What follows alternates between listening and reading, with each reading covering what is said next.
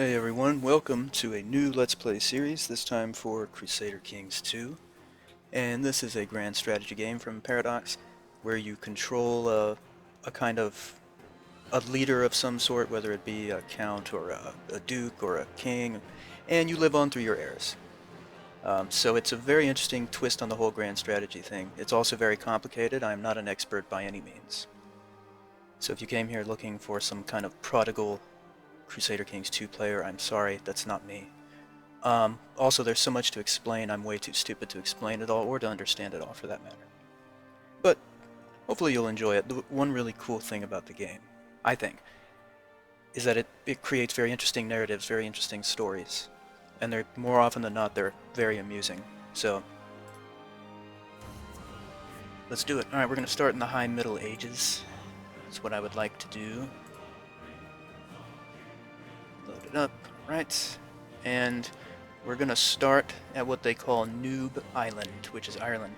And it's so called because the fact that it's an island means you're relatively free from threats on your borders, and as far as the aggression of empires, you're about as far away from the action as you can get.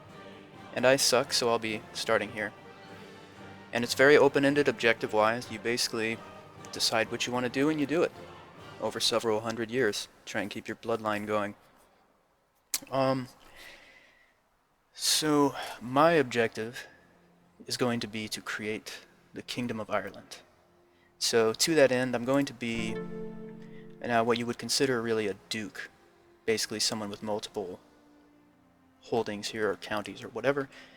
In fact, I will be a petty king, because this is not a duchy, but a petty kingdom at this point in time. So I'm going to be this dude, and I have a vassal. Why do I want to be this dude? Well, I have two holdings, first of all. Well, not holdings, two, let's just call them counties for now, because I don't know the actual term what they are. So, like I said, I'm stupid. So, it gives me a better shot starting out, because I want to conquer the island through military force, and the way that you do that is by raising levies, and that the number of levies depends on how many places you hold, so yeah. So we're going to be King Murchad of Mumu. You'll notice it's the petty kingdom of Mumu. I refuse to be the petty king of a place called Mumu, so we're definitely going to make the Kingdom of Ireland.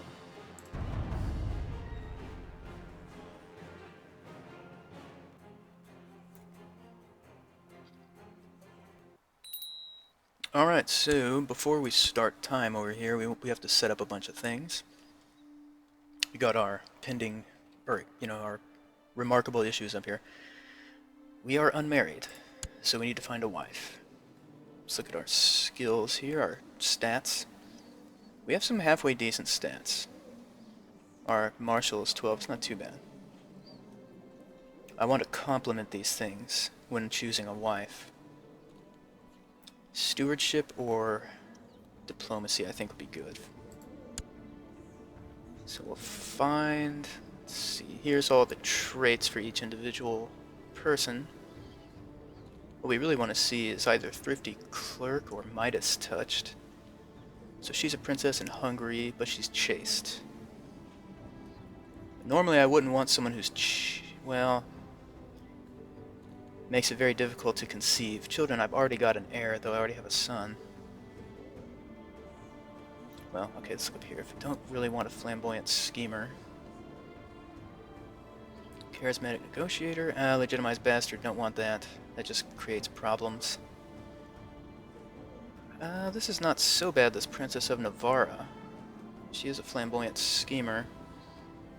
None of her traits are really outstanding, though, but then when you get to this Princess of Navarra, she has a great diplomacy skill. She's wroth with me, she's angry, who cares, but she's chaste. That's another problem. Don't think we're going to find too many better stat lines, though. So I can't do legitimized bastard. We're going to go with the chaste one because I already have a son. But I love the diplomacy skill here.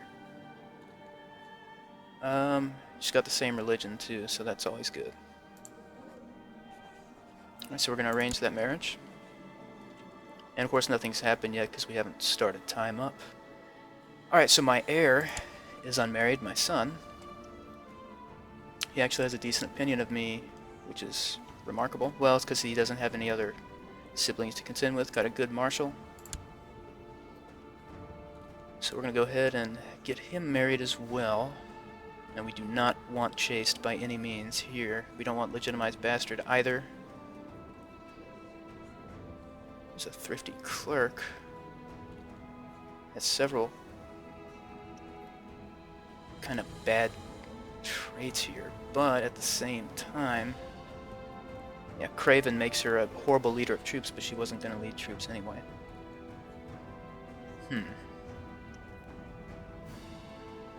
Yeah, her stat line is less than impressive.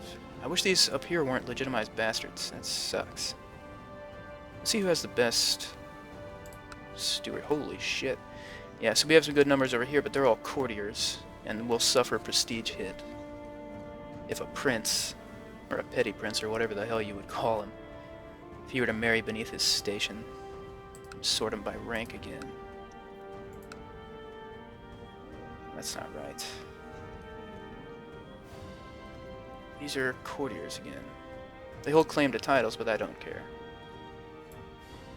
Here's that.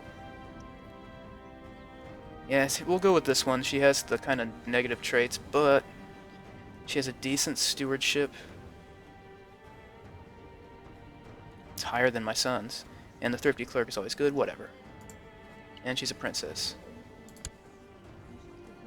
Alright, now I need to pick an ambition for myself. And I'm about to get married, so I want to pick that ambition. Get us some prestige for that when it happens. And I need to pick a character focus. We're going to go with business, because basically I need to get as much money as I can. And I'll tell you why in just a moment. Okay. Yeah, so here's a claim we can press if we go to diplomatic relations. My objective, like I said, is to create the Kingdom of Ireland and be the king. So I have to take all this shit over. Now, you can't invade anyone without a casus belli, without a reason. We have a reason to go here right now. We'll have to fabricate claims over here. And the money is important because even though I have 2 places to draw levies from, it's not going to be enough to really get some decisive victories going on around here and besieging places and doing all that shit.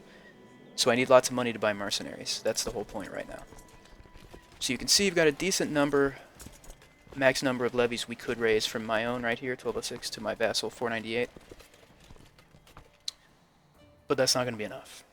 So when the time comes, we'll also go to mercenaries, and we'll have to hire some, and we're basically looking at the 150 range. And I only have 64 gold right now, so it's going to take a bit. Okay, next thing before we can get started, the setup takes a bit of time here. Got to do our council.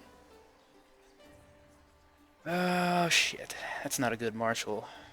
I don't think we'll have anyone better right now. They usually put the top one in automatically. Yeah. I mean, my son, I could do that, but he has the same rating. Well, at least our chancellor's badass. 18, that's wonderful, because he fabricates claims, that's what we need. So, I'm going to send him over here to fabricate claims for us, please. Whoops. Wait, hold on a second. Why can I not send him there?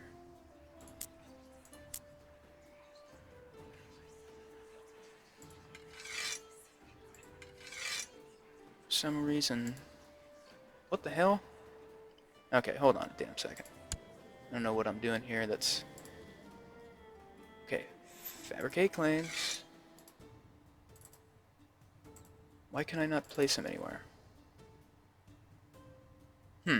Okay, well, we'll worry about that in a second. Alright, so train troops, that gives us increased levy numbers. Okay, we got an issue here. Why is the map not working? Well, that's interesting, wouldn't you say? Normally, I should be able to...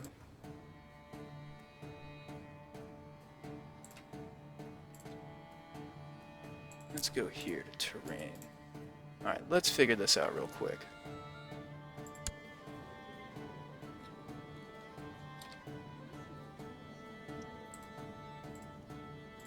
There we go. Alright, I don't know what happened, but okay. Sorry about that, folks. Right, so fabricate claims. Put them right there. Train troops. Increase our levy. They're in our own kingdom. Very good. Steward. Collect taxes in our own kingdom. Spy master. Normally we'd go study technology, but there isn't really anywhere to send him right now. So I'm just going to have him build a spy network. Actually do it here. And then finally our chaplain. We're going to research cultural tech. Also here in the home place, and we can finally get started. Alright, so let's speed time up just a tad here. Wait for the marriages to go through and such. We'll speed it up even more. Okay. So Princess Maria and my son have gotten married. We can ask people to pay for the celebration. No, we'll get the prestige instead. So there's prestige. Right, accept your... Yeah, okay. Alright, and then me, here's my marriage. That's my brother-in-law. Alright. So I fulfilled my ambition of getting married. Let me pause again real quick so we can pick a new ambition. And we want to amass wealth. We have to get at least 500 gold to achieve that. Not too concerned about having a daughter, especially when my wife is chaste. I do want to become king of Ireland, but it's not going to happen in my particular lifetime. It's going to be up to my son. Amass wealth. At least my son. If not a grandson. Alright, get time going again. We have a call to arms from Harold in Norway. We're not going to answer it. Because we're not a significant military power at all, and I just don't care.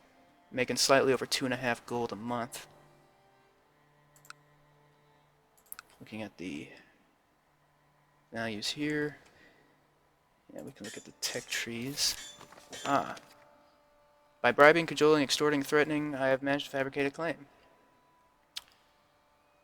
So that's going to cost me 30 gold and a lot of prestige. So we'll get a casus belli here. I don't want to use it yet. Well, I mean, this won't take us immediately to war. But we do have that claim, so... Now when we go over here, you can see we've got that claim. Okay. Alright. So time is still flowing. So like I said, we're set back a little money-wise, but we're going to eventually get things going, build up some more wealth. Hey, look at that. My wife is pregnant after all, despite being chaste. Alright, cool. New year. As it is New Year, let's look at the council, see if maybe we can find... Do we have anyone with a stewardship better than 11? No. So that's not going to happen. Alright. Luckily, you don't see too much movement going on over here. Sometimes get some military action going. These other people trying to screw each other over. No thank you. I'm the one doing the screwing. Thank you very much. Okay, so... Now that we got that claim... Let's have him move on and do it again over here.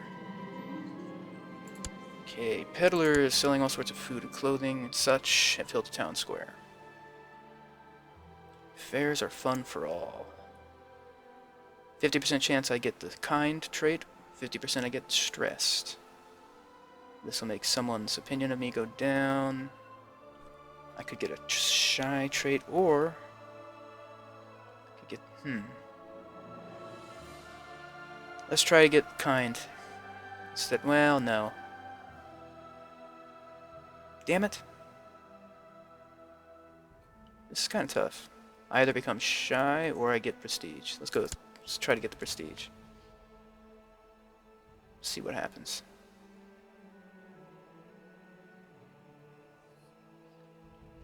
Alright, speed time up here actually a lot more.